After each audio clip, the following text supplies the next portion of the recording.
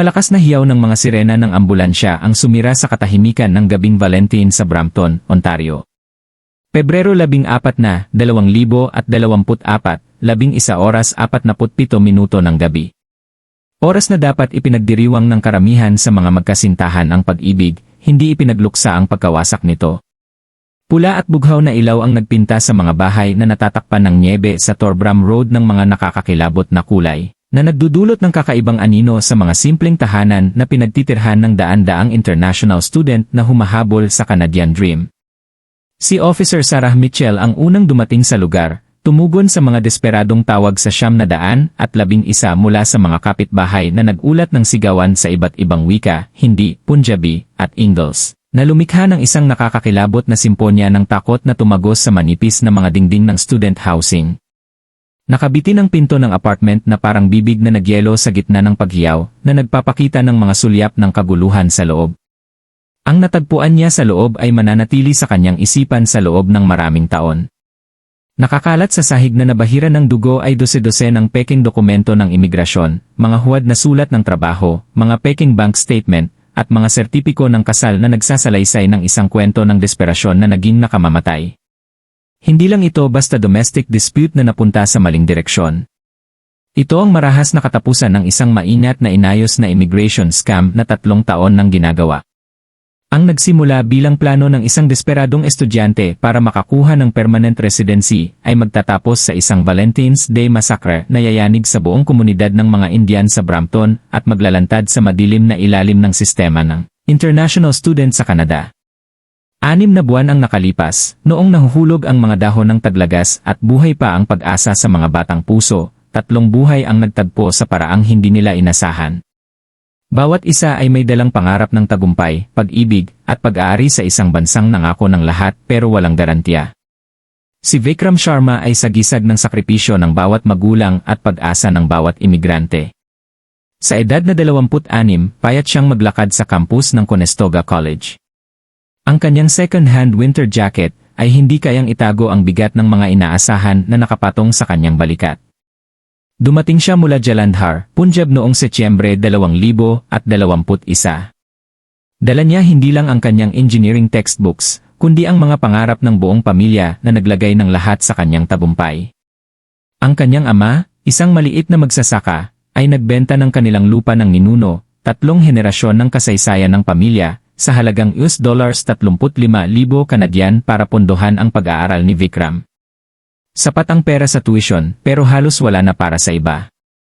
Nakatira si Vikram sa basement apartment na pinagsasalo ng 3 iba pang estudyante, natutulog sa kutson sa sahig, nabubuhay sa instant noodles, at paminsan-minsang libreng pagkain sa gurdwara. Nagtatrabaho siya ng part-time sa Pro-Canada Station, binibilang ang bawat dolyar habang nakikita niyang bumaba ang kanyang mga grado sa ilalim ng nakakabigat na pressure ng pera. Bilang nag-iisang anak na lalaki sa tradisyonal na pamilyang Punjabi, si Vikram ay may dalang higit pa sa academic pressure. Siya ang golden ticket, ang daan para maiuwi ang kanyang mga magulang at nakababatang kapatid sa Canada. Mag-expire ang kanyang student visa sa loob ng 6 na buwan, at hindi sapat ang kanyang mga grado para sa provincial nominee program. Tuwing gabi ay nagvi-video call siya sa bahay, sa mga magulang na puno ng pag-asa. Hindi masabi na ang kanilang anak, ang kanilang investment sa hinaharap ay nababigo. Si Simran Kaur, 24 anyos, ay sagisag ng lahat ng maganda sa karanasan ng imigrante. Dumating siya noong 2020 para mag-business sa Sheridan College at, hindi tulad ng marami niyang kapwa estudyante, nagawa niyang balansihin ang trabaho at pag-aaral ng elegante.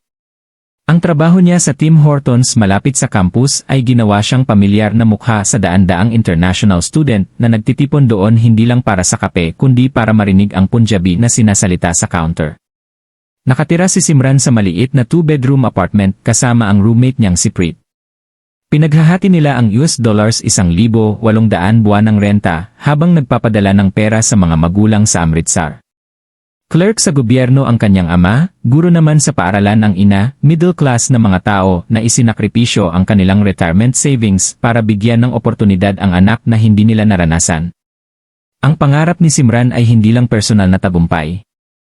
Gusto niyang maiuwi ang kanyang mga magulang sa Canada bago pa lumala ang diabetes ng kanyang ama at arthritis ng kanyang ina na magpapahirap sa pagbiyahe. Hindi tulad ng maraming estudyanteng nalulunod sa sinisismo at survival mode, pinanatili ni Simran ang nakakahawang optimismo. Naniniwala siya sa pag-ibig, sa katarungan, sa ideya na ang sipag at mabuting intensyon ay gagantimpalaan. May 8 buwan pa ang kanyang student visa at nagsimula na siyang mag-research ng immigration lawyer. Naniniwalang ang kanyang malakas na grado at work experience ay magbubukas ng mga pinto. Naniniwala pa rin siya sa happy ending. Tapos si Ravi Mehta, ang mga abuso na natutong takpan ng damit ng tulungan ang kanyang pagsasamantala. Sa edad na 20, mas matagal na siya sa Canada kaysa sa karamihan. Dumating siya bilang engineering student noong 2018 pero bumagsak pagkatapos ng 2 taon ng pagpaparty at maling desisyon. Sa halip na bumalik sa India na puno ng kahihiyan, natuklasan niya ang mas kumikitang landas, pagsamantalahan ang desperasyon ng mga estudyante tulad ng dating siya. Ginawa niyang immigration consultant ang sarili kahit wala siyang opisyal na credential. Nag-operate siya sa maliit na opisina sa itaas ng Indian Grocery sa Airport Road, nagpapakita bilang isang taong nakakaintindi sa sistema, isang taong makakatulong sa mga estudyante na mag-navigate sa komplikadong proseso ng imigrasyon. Ang tunay niyang negosyo ay simple at masama, nag-aayos siya ng peking kasal sa pagitan ng mga estudyanteng nahaharap sa deportasyon at mga gustong-gusto ang permanent residency. Sopistikado pero diskrato ang kanyang operasyon. $15,000 ang singil niya sa bawat couple, malaking halaga sa mga estudyante, pero mas mura kaysa sa lehitimong immigration lawyer na walang garantiya. Nagbibigay siya ng coaching, peking dokumento, at pinakamahalaga, koneksyon. Naintindihan ni Ravi na ang mga desperadong tao ay gumagawa ng maling desisyon, at doon niya itinayo ang kanyang katamtamang yaman. Nagsimula ang pagtatagpo sa Brampton Cultural Center noong 2023 Diwali celebration. Ang center, na dating warehouse, ay naging makulay ng mga ilaw, rangoli, at amoy ng homemade samosa at jalebi. Sa isang gabi, makakalimutan ng daan-daang international student ang kanilang hirap at magpapanggap na nasa bahay sila. Dumating si Vikram ng ayaw-ayaw, hinila ng mga roommate na nagsabing trabaho lang ng trabaho ay mababaliw ka. Nakatayo siya sa gilid, hawak ang tasa ng chai, pinapanood ang mga pamilya na sumasayaw sa Bollywood hits at nararamdaman ang pamilyar na sakit ng homesickness. Doon niya nakita si Simran. Sumasayaw si Simran kasama ang mga kaibigan mula sa college, ang kanilang makukulay na lehenga ay umiikot habang sumasayaw sa tradisyonal na Punjabi song. Totoo ang kanyang ngiti, hindi napipigilan ng bigat ng visa deadline at financial stress. Nang tumawa siya sa maling hakbang ng kaibigan, ang tunog ay tumagos sa musika at ingay ng tao, parang lifeline na ibinato sa nalulunod na si Vikram. Nagtagpo ang kanilang mga mata sa gitna ng maraming tao, at sa isang sandali, nawala ang nakakabigat na pressure ng immigration deadline at family expectations. May isang tao na nakakaintindi sa hirap, may parehong pangarap at takot, isang taong maaaring gawing tahanan ang dayuhang bansang ito. Hindi nila napansin si Ravi Mehta na nakamasid mula sa dilim malapit sa registration table. Ang mga sanay niyang mata ay nagtatala ng desperasyon sa postura ni Vikram. Ang tunay na tamis na nakita niya sa pakikisalamuha ni Simran. Natuto siyang makilala ang potensyal na kliyente, katulad ng mandaragit na nakakakita ng sugatang biktima. Sa isip niya, kinakalkula na niya ang kita. Habang nagtatapos ang gabi at nagtitipon ang mga pamilya ng kanilang pagod na mga anak, habang humuhupa ang huling nota ng devotional music at nagsisimula ng maglinis ang mga volunteer, 3 buhay ang nailagay na sa landas ng banggaan. Umuwi si Vikram, narinig pa rin sa tainga ang tawa ni Simran. Natulog si Simran na iniisip ang mahiyaining lalaki na may malungkot na mga mata na humingi ng kanyang numero. At si Ravi ay nagsulat ng notes sa kanyang cellphone tungkol sa 2 bagong potensyal na kliyente na sapat na ang desperasyon para kailanganin ang kanyang serbisyo.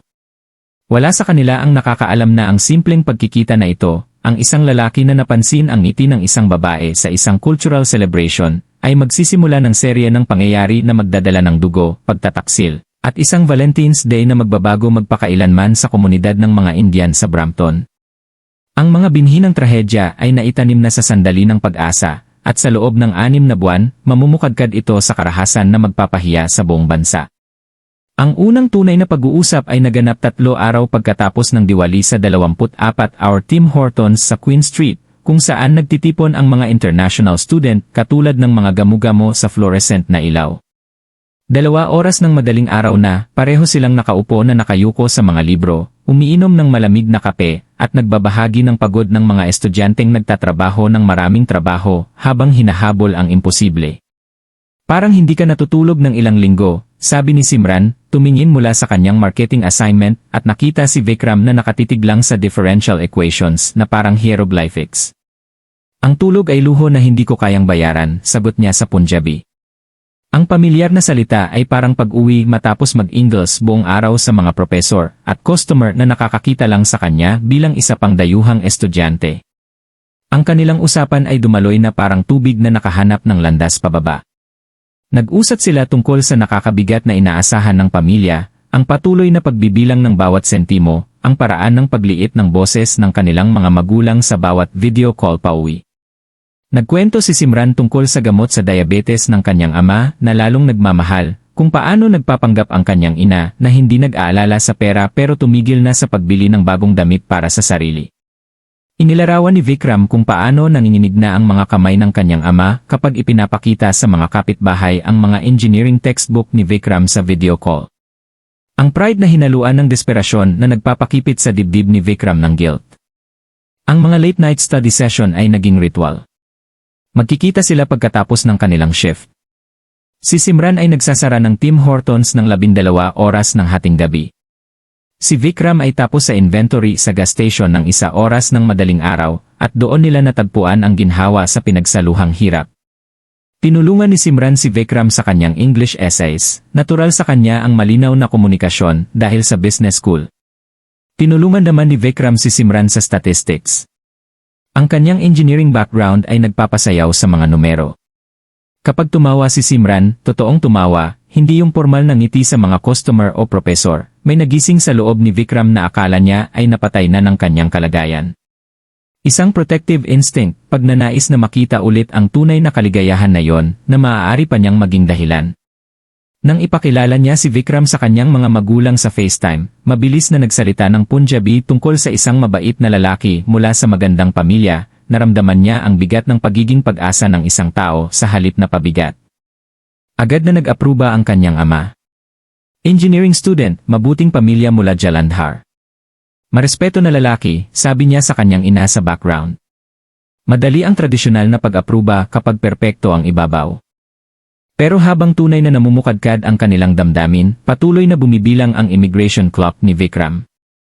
May 5 buwan na lang ang kanyang student visa. Bumaba ang kanyang grado sa halos pumasa lang, at halos zero na ang kanyang bank account, kahit 25 oras siyang nagtatrabaho kada linggo sa gas station. Ang stress ay nagiging panic attack na itinago niya kay Simran, malamig na pawis sa mga immigration law lecture, at desperadong late-night Google search ng Alternatives to Deportation Canada. Doon gumalaw si Ravi Mehta. Nangyari ito pagkatapos ng community volleyball game sa Recreation Center sa isang malamig na gabi ng Nobyembre. Papunta si Vikram sa kanyang sasakyan nang biglang lumapit si Ravi sa tabi niya, parang galing sa wala, ang kanyang hininga ay nakikita sa malamig na hangin. Matigas na laro kanina, bhai, sabi ni Ravi gamit ang salitang agad na nagtatag ng kapatiran. Parang wala ka sa sarili. Okay ka lang. Kilala lang ni Vikram si Ravi mula sa mga community event pero hindi pa sila nagkausap ng direkta. Pagod lang sa trabaho, sagot niya, nanginginig ang mga kamay sa susi. Trabaho, pag-aaral, stress sa imigrasyon, tumango si Ravi na parang alam na alam. Pinapanood kita, Vikram. Ang dami mong dinadala para sa bata pa. 5 buwan na lang ang visa mo. Hindi sapat ang grado para sa provincial nominee program. Wala kang pera para sa magandang immigration lawyer. Ang katumpakan ng sinabi ni Ravi ay nagpadala ng lamig sa gulugod ni Vikram na wala sa Nobyembre na hangin. Paano mo, tumutulong ako sa mga katulad mo, putol ni Ravi ng maayos. Dapat manatili ang mga sipag pero nahulog sa bitak ng sistema. May mga paraan na hindi ina-advertise ng gobyerno pero pinapayagan talaga. Tumigil siya, pinagmamasdan ang mukha ni Vikram. Malapit ka sa babaeng yon, si Simran, di ba? Mabait na babae, malapit na ring mag-expire ang visa. Pwede kayong magtulungan. Ano ang ibig mong sabihin? Ngiti ni Ravi na sanay na sanay. Marriage of convenience. Pareho kayong kailangan ng permanent residency. May nararamdaman na kayo sa isa't isa. Gawing opisyal. Kunin niyo ang IA status. Tapos kayo na ang mag-decide kung ano ang susunod. Ang bilang na $15,000 ay tumama kay Vikram na parang suntok. Higit sa 8 buwan ang kinikita niya sa gas station sa halagang iyon. Wala akong ganong pera. 5,000 upfront, 1,000,000 pagkatapos maaprubahan ang EA. Ako ang magbibigay ng lahat ng dokumento, coaching para sa interview, lahat ng kailangan nyo. Isipin mo, Vikram. Ang deportasyon ay kahihiyan sa pamilya, nasayang na sakripisyo, patay na pangarap sa edad na 26. Ito ay nagbibigay ng opsyon. Inabot ni Ravi ang business card na mukhang profesional. Huwag masyadong magtagal mag-isip. Hindi naghihintay ang imigrasyon. Noong gabing iyon, nakahiga si Vikram sa kanyang kutson, nakatitig sa kisam habang humihilik ang mga roommate. Paulit-ulit na umalingaw-ngaw ang mga salita ni Ravi sa kanyang isip na parang mantra. Sabihin mo pagligtas na kayo pareho sa permanent residence. Protektahan mo muna siya. Ipaliwanag mamaya. Mas madali kaysa inaasahan niya ang rationalization. Totoo ang pagmamahal niya kay Simran. Higit pa sa pagmamahal, nahuhulog na siya sa tawa nito, sa optimismo, sa kakayahang makahanap ng kaligayahan sa maliliit na bagay kahit sa kanilang pinagsaluhang hirap. Hindi ba't romantiko talaga ang protektahan ang taong mahal mo mula sa deportasyon at kahihiyan sa pamilya? Hindi ba't sulit ang pansamantalang panlilinlang para masigurado ang kanilang kinabukasan? Ang boses ng kanyang ama sa huling video call ay sumasbay-baybay sa kanya. Beta, umiiyak ang nanay mo tuwing gabi dahil malayo ka.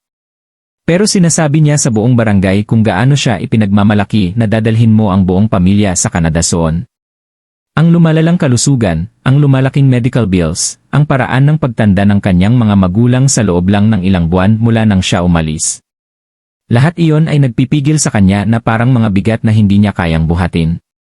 3 araw pagkatapos, tinawagan ni Vikram si Ravi. Nagsimula agad ang coaching sessions. Nag-ooperate si Ravi sa maliit na opisina sa itaas ng Maharaja Grocery sa Airport Road. Puno ng mga certificate ang mga dingding na mukhang opisyal pero kalaunan ay mapatunayang gawa-gawa lang. Nagbigay si Ravi kay Vikram ng peking employment records na nagpapakita ng steady income, mga doktor na bank statement na nagpapakita ng savings na wala naman, at pinakamahalaga, script ng kanilang love story na makukontento sa immigration officers. Gusto ng imigrasyon na maniwala sa pag-ibig, paliwanag ni Ravi sa ikalawang meeting habang inilalabas ang mga dokumento sa magulong mesa. Bigyan mo sila ng kwentong gusto nilang paniwalaan. Nagkakilala kayo sa Diwali, nagbonding sa shared culture, nahulog sa isa't isa sa late-night study sessions. Panatilihing simple, romantiko, at believable. Mukhang manageable ang payment plan hanggang subukan talaga ni Vikram na mag-ipon ng $5,000. Nag-utang siya sa 3 iba't ibang tao sa komunidad, bawat isa ay iniisip na sila lang ang tinutulungan ang desperadong estudyante. Ang utang ay nagdagdag ng isa pang layer ng stress sa kanyang araw-araw, ginawang mas elusive ang tulog at pinilit siyang mag-extra shift na nag-iwan sa kanya na pagod sa mga bihirang study session nila ni Simran. Samantala, natural na umunlad ang kanilang relasyon. Dinala ni Vikram si Simran sa Niagara Falls noong Disyembre. Ang winter landscape ay lumikha ng crystal na backdrop sa akala niya ay spontaneous romantic gesture. Ang totoo, pinili niya ang lugar dahil sinabi ni Ravi na maganda itong kunan ng litrato para sa imigrasyon. Pero nang humanga si Simran sa nagyelong waterfalls at yakapin siya ng mahigpit sa tunay na kaligayahan, halos matalo si Vikram ng guilt. Ito ang pinakamagandang bagay na nakita ko, bulong niya sa taina niya, mainit ang hininga sa malamig na hangin. Hindi ang pinakamaganda, sagot niya, tumitingin sa mukha niya na iluminado ng pagkamangha.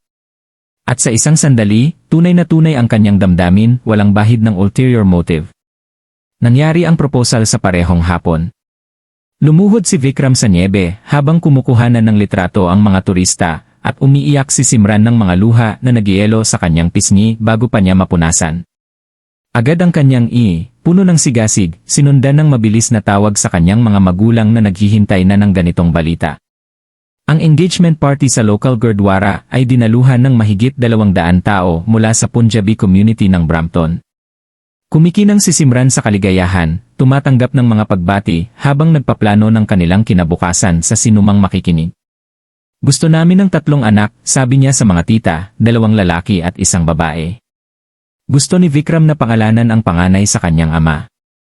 Ngumingiti at tumatango si Vikram, ginagampanan ang papel ng devoted fiance habang nilulunod ng bigat ng kanyang panlilinlang.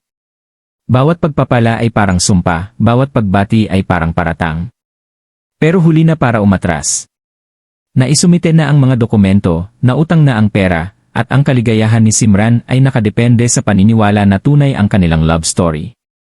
Si Preet lang, ang matalas ang mata na roommate ni Simran, ang nakapansin ng mga inconsistency, kung paano minsan nakakalimutan ni Vikram ang mga detalye ng mga kwentong sinabi na niya noon, ang nervous niyang ugali na palaging chine-check ang cellphone, ang mga tawag na kinukuha niya sa labas at bumubulong. Pero kahit si Preet, kahina-hinala sa kalikasan, ay hindi maisip ang laki ng panlilinlang na ginagawa laban sa kanyang pinakamalapit na kaibigan. Naitakda ang petsa ng kasal sa Pebrero 14 na Valentine's Day. Ideya ni Simran dahil naniniwala siya sa tula ng pag-ibig na nagtagumpay sa lahat ng hadlang. Wala sa kanila ni Vikram ang nakakaalam na sa oras na yon, ang kanilang kwento ay magiging trahedya na magpapahiya sa buong komunidad at sirain ang lahat ng kanilang itinayo. Ang umaga ng Pebrero 14 na 2024 ay maliwanag at malamig na may bagong nyebe na tumakip sa Brampton. Ang Guru Nanak Gurdwara ay puno ng preparasyon habang inaayos ng mga volunteer ang mga marigold garland para sa Anand Karaj ceremony. Para kay Simran, ito ang rurok ng bawat pangarap na dala niya mula nang dumating siya sa Canada. Naupuan siya ng mga tita sa komunidad na naglalagay ng henna sa kanyang mga kamay. Ang kanyang inutang na pula at gintong lehenga ay may dalang pagpapala mula sa masayang kasal ng ibang babae. Sa kanilang video call kaninang umaga, umiyak ang ina ni Simran, nagdadalamhati na hindi siya makaka-attend. Sa bahagi ng mga lalaki, nanginginig ang mga kamay ni Vikram habang itinatali ang kanyang turban, ang saffron na tela ay parang lubid sa leg. Nagbibiro ang kanyang mga roommate tungkol sa married life, pero malayo ang tunog ng kanilang mga salita. Bawat pagpapala ay parang sumpa. Nagsimula ang seremonya ng 12 oras ng tanghali. Dahil hindi kayang magbiyahe ng pamilya ni Vikram mula India, nagrally ang komunidad sa paligid nila. Puno ng masayang tunog ng dhol ang Gurdwara. Pero para kay Vikram, parang papunta siya sa kanyang execution. Sa loob ng prayer hall, naghihintay si Simran sa tabi ng Guru Granth Sahib. Nang magtagpo ang kanilang mga mata, ang mukha niya ay nagliwanag sa purong kaligayahan na nagpakipit sa dibdib ni Vikram ng guilt. Akala niya ito ang kanilang simula. Alam ni Vikram na itinayo ito sa kasinungalingan. Ang 4 na laab, sagradong pag-ikot sa banal na aklat, bawat isa ay kumakatawan sa yugto ng espiritual na pagsasama. Sa bawat hakbang, mas hinigpitan ni Simran ang pagkakahawak sa kanyang kamay, tumutulo ang luha sa kanyang pisngi. Sa bawat panata, parang bumibiyak ang mga piraso ng kaluluwa ni Vikram. Nagsimula ang married life sa masikip na apartment. Ginawa itong tahanan ni Simran gamit ang fairy lights at homemade roti. Maagang gumigising siya para mag-empake ng lunch ni Vikram, kumakanta ng may kasiyahan na sumisira sa puso niya araw-araw. Dumating ang immigration interview makalipas ang 3 linggo. Naupo sila sa harap ng opisyal na sumasagot sa mga tanong tungkol sa kanilang relasyon. Paano mo nalaman na siya na? Tanong ng officer kay Vikram. Ang tawa niya, sagot niya. Sa unang pagkakataon, hindi siya nagsisinungaling. Noong unang marinig ko ang tawa niya, alam ko na gusto kong protektahan ang kaligayahang iyon magpakailanman. Naaprubahan ng officer ang aplikasyon nila. Natuwa si Simran. Pakiramdam ni Vikram ay nalulunod siya. Ang financial pressure ay nakakabaliw. Nagda-double shift siya habang naghahanap ng paraan para mabayaran ang utang na hindi alam ni Simran. Ang stress ay nagiging panic attack na nag-aalala sa kanyang bagong asawa. Samantala, nakatingin si Preet ng may lumalaking hinala. Napansin niya ang palaging pag-check ni Vikram sa cellphone at ugali na lumalabas para sa ilang tawag. Ang breakthrough ay aksidente. Narinig ni Preet si Vikram sa telepono. Kailangan ko pa ng oras para sa huling bayad. Pinapatay ako ng interest sa mga utang. Sumagot ang boses ng lalaki. Maliwanag ang kontrata, Vikram. Nakuha mo na ang binayaran mo, isang asawa at immigration approval. Nagsimulang sondan ni Preet si Vikram, nagdo-document ng mga meeting kay Ravi sa mga coffee shop. Ang smoking gun ay nangyari nang makita niya ang text messages tungkol sa contract completion at payment schedule. Hinarap niya si Simran makalipas ang 2 araw, ikinalat ang ebidensya sa kanilang dating apartment. Mga litrato ni Vikram kasama si Ravi, mga recording, at mga screenshot ang nagpinta ng malinaw na larawan ng panlilinlang. Nawala ang kulay sa mukha ni Simran habang pinoproseso ang mga ebidensya. Lahat ng romantic gesture ay nadungisan ng kalkuladong manipulasyon. Nangyari ang confrontation noong gabing iyon. Nakita ni Vikram si Simran na nakaupo sa dining table. Nakakalat ang ebidensya sa harap niya. Ipaliwanag mo ito, tahimik niyang sabi, inilalabas ang text message tungkol sa final payment at services rendered. Nabuwag ang mundo ni Vikram. Lahat ng maingat niyang kasinungalingan, ang kanyang tunay na pag-ibig, lahat ay gumuho sa ilalim ng dokumentadong katotohanan. $15,000, sabi niya, kalmado ang boses pero nakamamatay. Ganoon ang halaga ko sayo. Sinubukan niyang ipaliwanag ang desperasyon at pressure sa imigrasyon na naging tunay na ang kanyang damdamin. Pero hindi na maayos ang tiwala ni Simran. Ginawa mo akong kasabwat sa pandaraya, sabi niya. Sinira mo ang immigration status ko, ang reputasyon ko, ang kinabukasan ko. Noong gabing iyon, magkahiwalay silang natulog sa unang pagkakataon mula nang magkasal. Alam ng pareho na tapos na ang kanilang kasal. Pero hindi alam ni Vikram na hindi lang nasaktan si Simran. Nagpaplano siya. Nawala ang mapagkakatiwalaang romantiko, pinalitan ng isang taong kalkulador at malamig. Naitanim na ang mga binhi ng paghihiganti, at mamumukadkad ito sa paraang magpapahiya sa lahat na akala nila kilala nila ang mahinhing babaeng nagsiserve ng kape, at nangangarap na maiuwi ang kanyang mga magulang sa Canada. Nagsimula ang pagbabago ng 3 oras ng madaling araw sa isang malamig na umaga ng Pebrero, habang nakaupo si Simran sa madilim nilang apartment, nakatitig sa kanilang marriage certificate. Wala na itong halaga kundi mamahaling piraso ng pandaraya. Namamatay ang mahinhing babaeng nagsiserve ng kape ng may ngiti, pinalitan ng mas matigas, mas malamig, at higit na mapanganib. Ang betrayal trauma ay mas malalim kaysa sa heartbreak. Ginawa siya ni Vikram na hindi sinasadyang kasabwat sa immigration fraud, isang krimen na may parusa hanggang 5 taon na kulungan at instant deportation. Lahat ng dokumentong isinumiti nila ay ebidensya na ng federal crime. 3 araw siyang nag-research ng immigration law, natutunan na ang marriage fraud ay pwedeng sirain ang kanyang kinabukasan magpakailanman. Walang bansang tatanggap sa kanya kung tatakan siya ng Canada bilang immigration criminal. Nalason ang kanyang pangarap na maiuwi ang kanyang matatandang magulang sa kaligtasan ng panlilinlang ni Vikram. Ang kahihiyan sa komunidad ay hindi matitiis. Sa masikip na Punjabi community ng Brampton, ang immigration fraud ay magiging kasing kahulugan ng dishonest, ang kanilang apelyido. Ang kanyang mga magulang ay makakatanggap ng mga hinalang tingin sa kanilang barangay sa Amritsar. Nang lumapit si Vikram na may bulaklak at paumanhin, tiningnan siya ni Simran ng mga matang nagpabalik sa kanya. Nawala ang init, pinalitan ng kalkulasyon at yelo. Kailangan nating mag-usap, kalmado niyang sabi. Nag-iisip ako tungkol sa atin. Pinatawad kita, simple niyang sabi. At halos mag-collapse si Vikram sa pasasalamat. Pero kailangan nating ayusin ito ng maayos ng magkasama. Hindi alam ni Vikram na ang pagpapatawad ni Simran ay unang hakbang sa maingat na plano ng paghihiganti. Kumbinsido niya si Preet na tumulong mag-ipon ng ebidensya, hindi dahil sa galit, kundi hustisya. Agad nagsimula ang peking reconciliation. Ginampanan ni Simran ang mapag-unawang asawa habang lihim na nagre-record ng kanilang mga usapan. Sabihin mo sa akin si Ravi, sasabihin niya sa mga tahimik na sandali.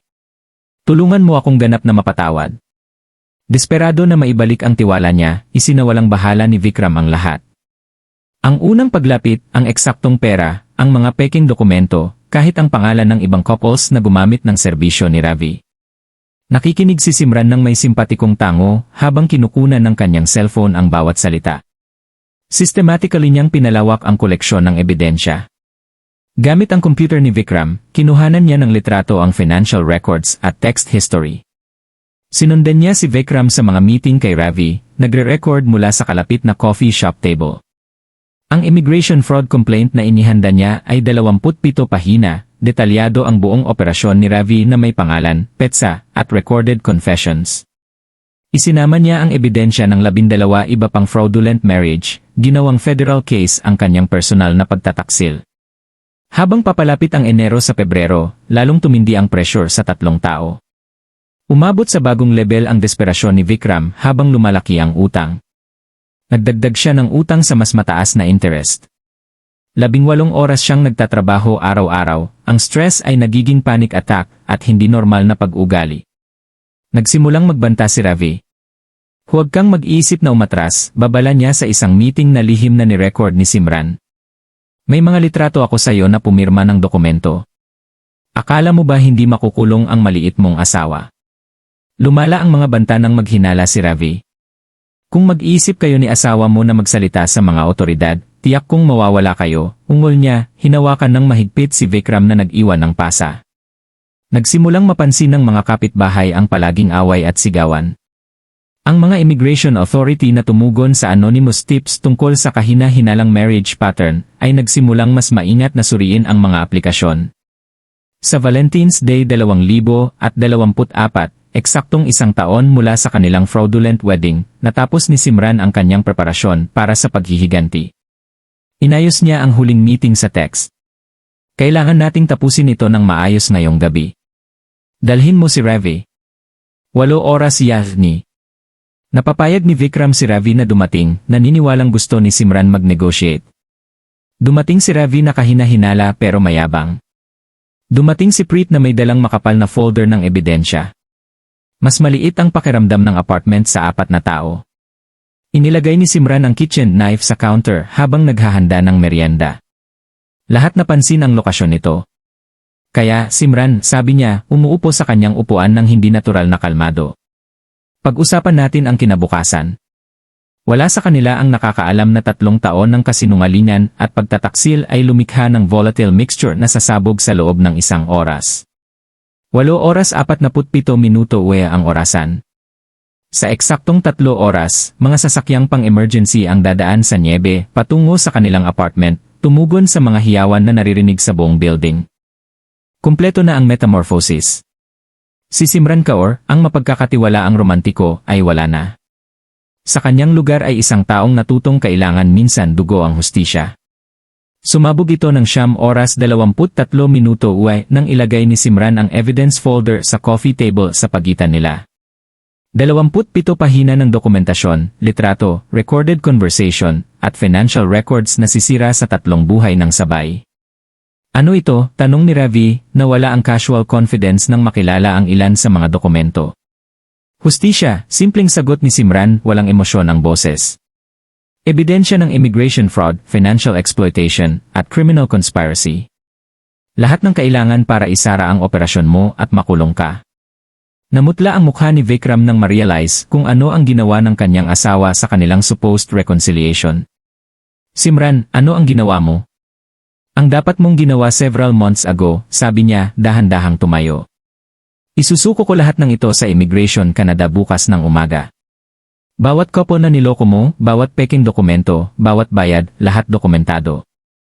Biglang sumugod si Ravi, kinuha ang folder at ikinalat ang mga papel sa maliit na living room. Tanga ka.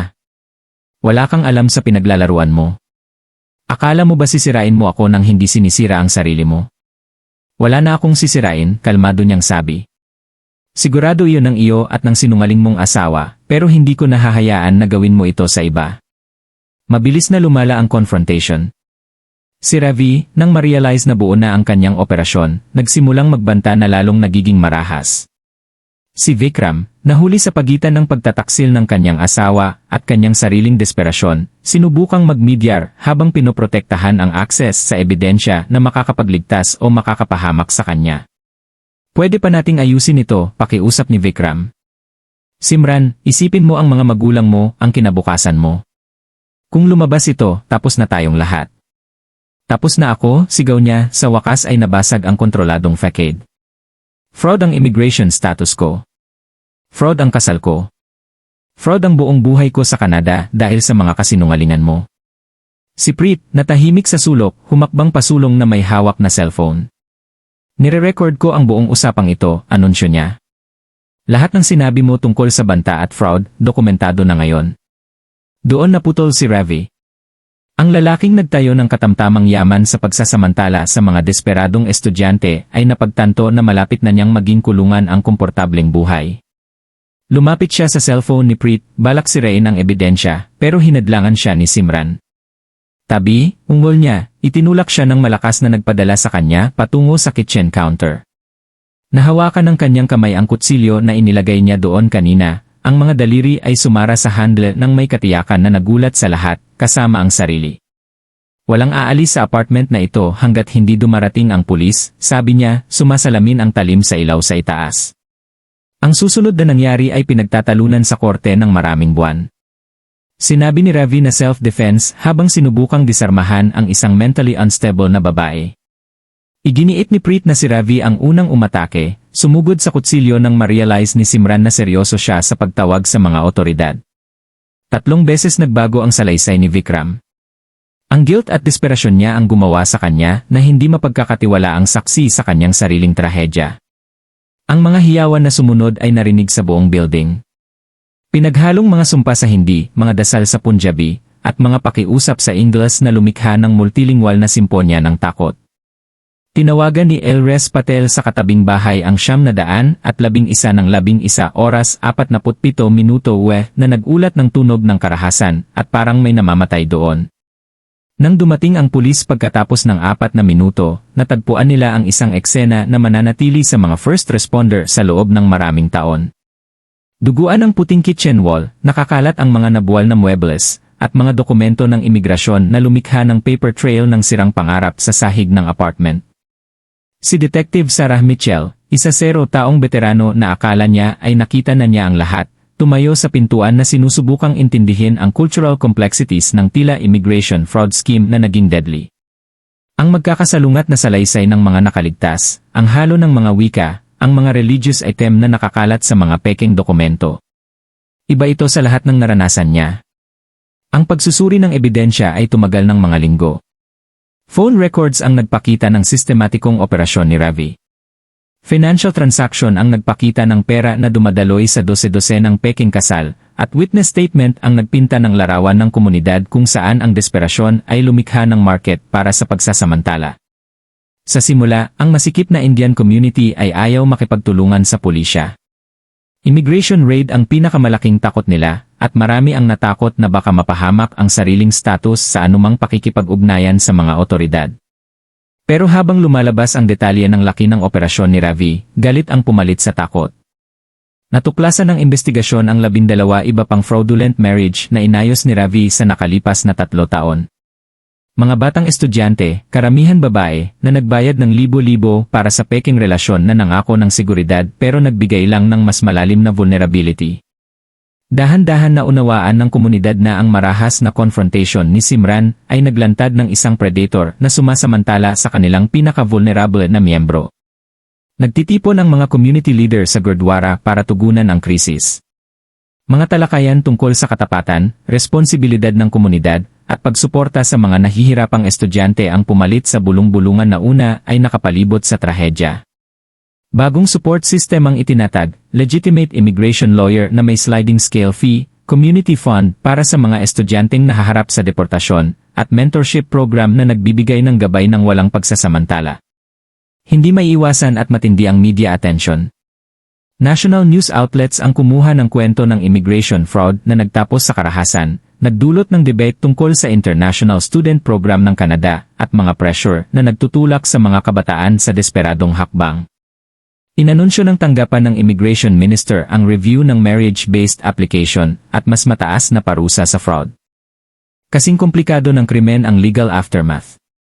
Murder charges ang isinampa, pero komplikado ng cultural context ang lahat. Defense lawyer ang nagtalo tungkol sa immigration pressure bilang mitigating factor, habang ang prosecutor ay nanindigan na hindi dahilan ang desperasyon para sa karahasan. Ang kaso ay naging simbolo ng systemic failure na lumikha ng kondisyon para sa trahedya. Sumali ang federal authority sa investigasyon, ginawang mas malawak na pagsusuri ng immigration fraud network sa buong Canada ang dating domestic violence case. Iba pang lungsod ang nagulat ng katulad na operasyon na nagmumungkahi na bahagi lang ng mas malaking pattern ang scheme ni Ravi. Napailalim sa mas mataas na scrutiny ang legitimate international student. Mas matagal ang processing ng marriage-based immigration application at nagsikap ang community organization na magbigay ng suporta sa mga estudyanteng maaaring mapilit sa illegal scheme. Habang papasok ang tagsibol sa Brampton, sinubukan ng Indian community na maghilom mula sa trauma na sumira sa kanilang sense of security. Ang simpleng duplex sa Torbram Road, kung saan namatay ang mga pangarap, ay nanatiling walang nakatira, paalala kung gaano kabilis magiging horror ang pag-asa. Nailantad ng trahedya ang hindi komportableng katotohanan tungkol sa presyo ng Canadian Dream. Mga patakaran sa imigrasyon na lumilikha ng imposible na timeline, tuition fee na nag-udyok ng utang, work restriction na nag-iwan ng walang financial stability. Lahat contributing factor na ginawa pang posible at profitable ang pagsasamantala ni Ravi. Sa huli, 3 batang buhay ang nawasak ng isang sistema na nangako ng oportunidad pero nagbigay ng kaunting suporta sa mga nahihirapan. Ang Valentine's Day Massacre ay naging higit pa sa crime story. Naging cautionary tale ito tungkol sa mangyayari kapag nagtatagpo ang desperasyon at pagsasamantala sa mga komunidad kung saan ang paghingi ng tulong ay parang pag-amin ng pagkabigo. Ang pagbabago ni Simran mula mapagkakatiwalaang romantiko tungo sa kalkuladong tagahiganti at marahas na defendant ay naglalarawan kung gaano kabilis matanggalan ng lahat ang isang tao ng mga bagay na nagdedepina sa kanya. Ang kanyang kwento ay maaalala hindi bilang love story na sumira, kundi bilang babala sa human cost ng immigration policy na lumilikha ng mas maraming problema kaysa solusyon. Ang Canadian Dream para sa napakaraming estudyante tulad nina Vikram at Simran ay naging bangungot na nakasulat sa dugo sa mga dingding ng apartment, dokumentado sa court record, at ipinagluksa ng komunidad na nawalan ng innocence kasama ang kanilang mga anak.